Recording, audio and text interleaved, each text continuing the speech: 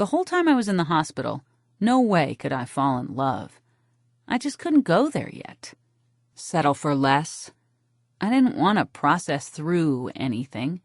I didn't want to pick up any pieces, lower my expectations, get on with my less than life. I didn't want to feel better about being still alive, start compensating. I just wanted my face fixed, if that was possible, which it wasn't. When it's time to reintroduce me to solid foods, their words again, it's pureed chicken and strained carrots. Baby food. Everything mashed or pulverized or crushed. You are what you eat. The nurse brings me the personal classified ads from a newsletter. Sister Catherine peers down her nose and through her glasses to read. Guys seeking slim, adventurous girls for fun and romance. And yes, it's true, not one single guy specifically excludes hideous, mutilated girls with growing medical bills.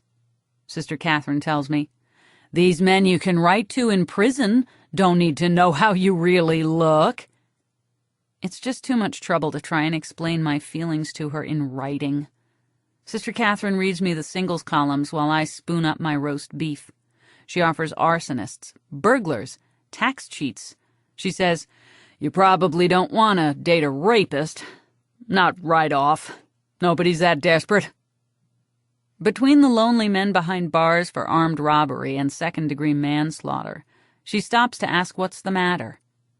She takes my hand and talks to the name on my plastic bracelet. Such a hand model I am already. Cocktail rings, plastic ID bracelets, so beautiful even a bride of Christ can't take her eyes off them. She says, "What are you feeling?" This is hilarious. She says, "Don't you want to fall in love?" The photographer in my head says, "Give me patience," flash. "Give me control," flash. The situation is, I have half a face. Inside my bandages, my face still bleeds tiny little spots of blood onto the wads of cotton. One doctor, the one making rounds every morning who checks my dressing, he says my wound is still weeping. That's his word. I still can't talk. I have no career. I can only eat baby food. Nobody will ever look at me like I've won a big prize ever again. "Nothing," I write on my pad. "Nothing's wrong." "You haven't mourned," Sister Catherine says.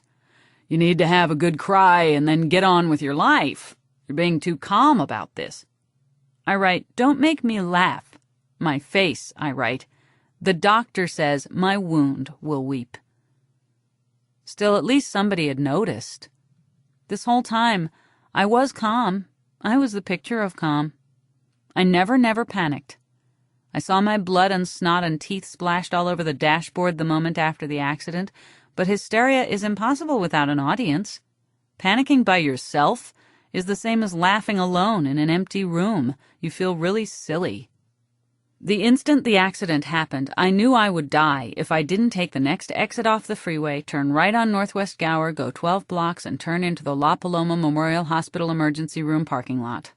I parked, I took my keys and my bag, and I walked. The glass doors slid aside before I could see myself reflected in them. The crowd inside, all the people waiting with broken legs and choking babies, they all slid aside too when they saw me. After that, the intravenous morphine. The tiny operating room manicure scissors cut my dress up. The flesh-tone little patch panties. The police photos. The detective, the one who searched my car for bone fragments, the guy who'd seen all those people get their heads cut off in half-open car windows, he comes back one day and says there's nothing left to find. Birds, seagulls, maybe magpies too, they got into the car where it was parked at the hospital, through the broken window. The magpies ate all of what the detective calls the soft tissue evidence, the bones they probably carried away. "You know, miss," he says, "to break them on rocks, for the marrow." On the pad with the pencil, I write, "Ha, ha, ha." Jump to just before my bandages come off, when a speech therapist says I should get down on my knees and thank God for leaving my tongue in my head unharmed. We sit in her cinder block office with half the room filled by her steel desk between us, and the therapist, she teaches me how a ventriloquist makes a dummy talk. You see, the ventriloquist can't let you see his mouth move. He can't really use his lips, so he presses his tongue against the roof of his mouth to make words. Instead of a window, the therapist has a poster of a kitten covered in spaghetti above the words, "Accentuate the positive." She says that if you can't make a certain sound without using your lips, substitute a similar sound, the therapist says. For instance, use the sound eth instead of the sound f. The context in which you use the sound will make you understandable. "I'd rather be fishing," the therapist says. "Then go fishing," I write. "No," she says. "Repeat." My throat is always raw and dry, even after a million liquids through straws all day. The scar tissue is rippled hard and polished around my unharmed tongue. The therapist says, "I'd rather be fishing." I say,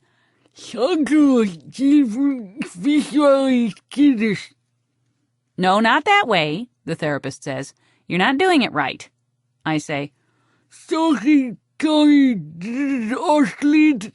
she says, "No, that's not right either." She looks at her watch. I say, "You'll need to practice a lot, but on your own time," she says. "Now again." I say,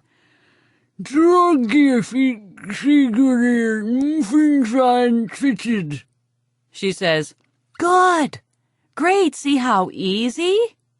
On my pad with my pencil, I write, "Fuck off."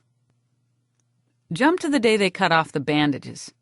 You don't know what to expect, but every doctor and nurse and intern and orderly, janitor and cook in the hospital stopped by for a peek from the doorway, and if you caught them, they'd bark, "Congratulations!"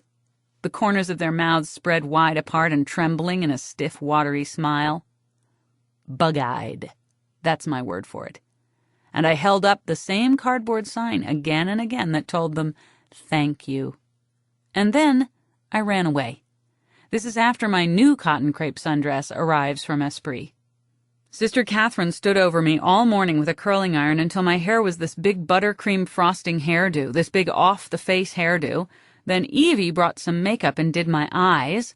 I put on my spicy new dress and couldn't wait to start sweating. This whole summer, I hadn't seen a mirror. Or if I did, I never realized the reflection was me. I hadn't seen the police photos. When Evie and Sister Catherine were done, I say, and Evie says, "You're welcome." Sister Catherine says, "But you just ate lunch." It's clear enough nobody understands me here. I say, "Come here, Nick." And Evie says, "Yeah, these are your shoes, but I'm not hurting them any." And Sister Catherine says, No mail yet, but we can write to prisoners after you've had your nap, dear." They left, and I left, alone. And how bad could it be? My face.